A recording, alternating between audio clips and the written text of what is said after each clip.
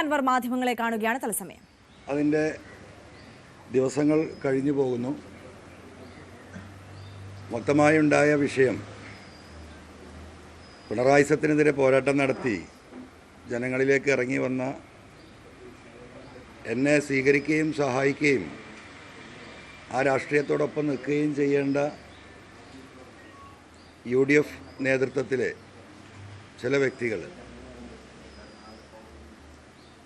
അതിന് തയ്യാറായിട്ടില്ല എന്ന് മാത്രമല്ല, ഇപ്പോൾ പിണറായിസം മാറ്റി നിർത്തി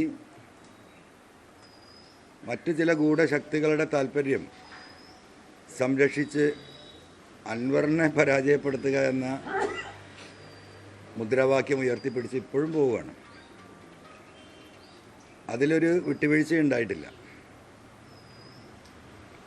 ഒരു കേസ് നടത്തി ജഡ്ജി വിധി പറയാൻ നിൽക്കുമ്പോൾ പ്രതിയോട് പറഞ്ഞു, യഥാർത്ഥത്തിൽ നീ കുറ്റവാളിയല്ല എന്ന് എനിക്കറിയാം, നിന്നെ വെറുതെ വിടണമെന്ന ആഗ്രഹം എനിക്കുണ്ട്, പക്ഷെ നിൻ്റെ വക്കീൽ സമ്മതിക്കുന്നില്ല, നീ ഫീസ് കൊടുക്കുന്ന നിൻ്റെ വക്കീൽ അതിന് സമ്മതിക്കുന്നില്ല എന്ന് പറഞ്ഞ ഒരു അവസ്ഥയിലാണ് ഇപ്പോൾ ഞാൻ നിൽക്കുന്നത്. അപ്പം ഞാൻ ആരെയും കണ്ടിട്ട് ഇറങ്ങി വന്നവനല്ല. ഞാൻ ഇറങ്ങി വന്നത് എന്നെ സൃഷ്ടിച്ച സർവശക്തനായ ദൈവത്തെയും ഈ നാട്ടിലെ സാധാരണക്കാരും പാവപ്പെട്ടവരുമായ മനുഷ്യരെയും കണ്ടിട്ടാണ്. ആ മനുഷ്യരിൽ തന്നെയാണ് എൻ്റെ പ്രതീക്ഷ. ഭൂരിപക്ഷം കണ്ട് ഭയപ്പെടരുത്, നീ നീതിക്ക് വേണ്ടി നിലകൊള്ളണം എന്നാണ് ഖുർആനായാലും ബൈബിളായാലും മറ്റു മതങ്ങളുടെ അടിസ്ഥാന ഗ്രന്ഥങ്ങളായാലും ഗീതയടക്കം പരിശോധിച്ച് നോക്കിയാൽ നമുക്ക് കാണാനുള്ളതാണ്. അപ്പോൾ ഭൂരിപക്ഷത്തെ കണ്ടിട്ട് ഭയപ്പെട്ട് നാളത്തെ ഒരു ചെറിയ അധികാരത്തിൻ്റെ അപ്പകഷ്ണത്തിന് വേണ്ടി പിണറായിസത്തിനെതിരെ, ഈ ഗവൺമെൻറ്റിനെതിരെ ഞാൻ ഉയർത്തിയ മുദ്രാവാക്യത്തിൽ നിന്ന് ഞാൻ തൽക്കാലം പിന്മാറാൻ ഉദ്ദേശിക്കുന്നില്ല. ശത്രുവിൻ്റെ മുന്നിൽ മിത്രമെന്ന് കരുതിയവരോടൊപ്പം നിന്ന് ആ ശത്രുവിനെ നേരിടാമെന്ന് കരുതിയ എനിക്ക് ആ ശത്രുവിനോടൊപ്പമാണ് ചിലരൊക്കെ ഇപ്പുറത്തും എന്നുള്ള വസ്തുത കേരളത്തിലെ സാധാരണക്കാരായ ജനങ്ങൾ പിന്നീട് മനസ്സിലാക്കിക്കൊള്ളും. അപ്പോൾ അവരാകെ ഭയപ്പെടുന്നത് ഞാനൊരു അധിക പ്രസംഗിയാണെന്ന്. ആ അധിക പ്രസംഗം ഇനിയും ഞാൻ തുടരും എന്നതാണ് അവരെ അലട്ടുന്ന പ്രശ്നം എന്നതാണ് ഞാൻ മനസ്സിലാക്കുന്നത്. ആ അധിക പ്രസംഗം ഞാൻ തുടരുക തന്നെ ചെയ്യും, അതിൽ യാതൊരു തർക്കവുമില്ല. ഞാൻ എന്ത് വേണ്ടിയിട്ടാണ് പിണറായിയോട് ഏറ്റുമുട്ടിയത്? ഞാൻ ഏറ്റവും കൂടുതൽ വിശ്വസിച്ച് എൻ്റെ പിതാവിൻ്റെ സ്ഥാനത്ത് കാണുകയും അദ്ദേഹത്തോടൊപ്പം നിൽക്കുകയും ചെയ്തവനാണ്. ഞാനൊരു കമ്മ്യൂണിസ്റ്റുകാരനായിട്ടല്ല ആ കമ്മ്യൂണിസ്റ്റ് പാർട്ടിയുമായി സഹകരിച്ച് പോയത്. കമ്മ്യൂണിസം ഉൾക്കൊണ്ടിട്ടുമല്ല. ഞാൻ അന്നും ഇതേപോലെ ഒരു സഹകരണ മുന്നണിയുടെ ഭാഗമാണ്, നിങ്ങൾക്കറിയാലോ. പക്ഷേ കമ്മ്യൂണിസ്റ്റ് പാർട്ടിയുടെ ആദർശത്തിലെ പരമപ്രധാനമായ ഒരു സംഗതി സോഷ്യലിസമാണ്. അത് പാവപ്പെട്ട മനുഷ്യരെ സഹായിക്കുക എന്നതാണ്. ആ പാവപ്പെട്ട മനുഷ്യരെ സഹായിക്കുന്ന, ഈ നാട്ടിലെ തൊഴിലാളി വർഗത്തിന് വേണ്ടി സംസാരിക്കുന്ന, പാവപ്പെട്ടവന് വേണ്ടി, നീതിക്ക് വേണ്ടി പോരാടുന്ന ഒരു പാർട്ടിയായിട്ടായിരുന്നു ഞാൻ ആ പാർട്ടിയെ കണ്ടത്. ആ നിലക്ക് തന്നെയാണ് ഞാൻ ആ പാർട്ടിയിലേക്ക് എന്നെ ആകർഷിക്കപ്പെടുന്നത്. വയലിൽ ജോലി ചെയ്താൽ വരമ്പത്ത് കൂലി കൊടുക്കണമെന്ന് ഇസ്ലാം അനുശാസിക്കുന്നുണ്ട്. അപ്പോൾ അതിനുവേണ്ടി പോരാടിക്കൊണ്ടിരുന്ന ഒരു പ്രസ്ഥാനമാണ് കമ്മ്യൂണിസ്റ്റ് പ്രസ്ഥാനം. ആ തൊഴിലാളികളോടൊപ്പം നിൽക്കുന്ന ഒരു പാർട്ടിയായിരുന്നു ആ പാർട്ടി. കമ്മ്യൂണിസ്റ്റ് പാർട്ടിയുടെ ഏറ്റവും വലിയ രണ്ടാമത്തെ പ്രത്യേകത എന്ന് പറയുന്നത് എന്താ? സെക്യുലറിസമാണ്, മതേതരത്വം. അപ്പോൾ രാജ്യം നേരിടുന്ന ഏറ്റവും വലിയ വിഷയം ഇവിടുത്തെ വർഗീയവാദമായിരുന്നു. ന്യൂനപക്ഷ സമുദായങ്ങളെ, പ്രത്യേകിച്ച് മുസ്ലിങ്ങളെയും ക്രൈസ്തവരെയും ഈ രാജ്യമൊട്ടാകെ ആക്രമിക്കുന്ന രാഷ്ട്രീയത്തിലേക്ക് കഴിഞ്ഞ 10-15 വർഷമായി രാജ്യം മാറിയിരിക്കുകയാണ്. അതിനെതിരെ അതിശക്തമായ പ്രതിരോധം തീർത്ത് നിന്നിരുന്ന പാർട്ടിയാണ് CPM. അപ്പോൾ ആ സെക്യുലറിസവും ആ മതേതരത്വവും ആ സോഷ്യലിസവുമാണ് ആ പാർട്ടിയുമായി സഹകരിച്ച് പോകാൻ, അതിനുവേണ്ടി പോരാടാൻ, അതിനുവേണ്ടി പോരാളിയായി നിൽക്കാൻ, ആ ജനങ്ങളോടൊപ്പം ഈ രണ്ട് ആവശ്യങ്ങൾക്ക് വേണ്ടി പോരാട്ടം തുടർന്ന വ്യക്തിയാണ് ഞാൻ. ആ ഒറ്റ ആശയത്തിലാണ് ഞാൻ അതിൽ നിന്നത്. ഈ രാജ്യത്ത് ഒരുപാട് ശത്രുക്കളെ ഞാൻ ഉണ്ടാക്കിയിട്ടുണ്ട്. സംസ്ഥാനത്തിൻ്റെ നിയമസഭയിൽ ഇവിടുത്തെ പ്രധാനമന്ത്രിക്കെതിരെ ഗുജറാത്തിൽ നടന്ന ഒരു പശുഹത്യയിൽ അതിശക്തമായി ഞാൻ പ്രസംഗിച്ചതിൻ്റെ പേരിൽ BJPയുടെ ഉന്നതനായ ഒരു നേതാവ് എന്നെ വിളിച്ചു പറയുകയും കേരളത്തിൽ നിങ്ങൾ മാത്രമാണ് ഈ പ്രധാനമന്ത്രിക്കെതിരെ ഇത്ര രീതിയിലുള്ള സംസാരം നടത്തുന്നത്. സൗഹാർദ്ദപരമായിട്ടാണ് പറഞ്ഞു. അതുകൊണ്ട് ദയവായി നിങ്ങളത് അവസാനിപ്പിക്കണം. ഞാൻ അദ്ദേഹത്തോട് സംസാരിച്ചു. ഞാൻ പറയുന്നത് വസ്തുതയല്ലേ, സത്യസന്ധമല്ലേ? ഇങ്ങനെയുണ്ടോ ഒരു അക്രമം? ഈ നിഷ്കളങ്കരായ മനുഷ്യരെ, വഴിയിൽ പോകുന്നവരെ ഈ വെട്ടിക്കൊല്ലുന്നത് ഏത് രീതിയിൽ അംഗീകരിക്കാൻ കഴിയും? നിങ്ങൾ ഇതാണ് തുടരുന്നതെങ്കിൽ ഞാൻ അതിനെ പ്രതിരോധിച്ചു കൊണ്ടേയിരിക്കും എന്ന് പറഞ്ഞു 2 വർഷം മുമ്പാ. അപ്പം നിങ്ങളിത് അവസാനിപ്പിച്ചില്ലെങ്കിൽ നിങ്ങളെ കൂടെയുള്ള പലരുണ്ടല്ലോ, അവിടെ തന്നെ ആ സഭയിൽ തന്നെ പല നേതാക്കന്മാരും ഉണ്ടല്ലോ ഞങ്ങൾക്കെതിരെ നിൽക്കുന്ന.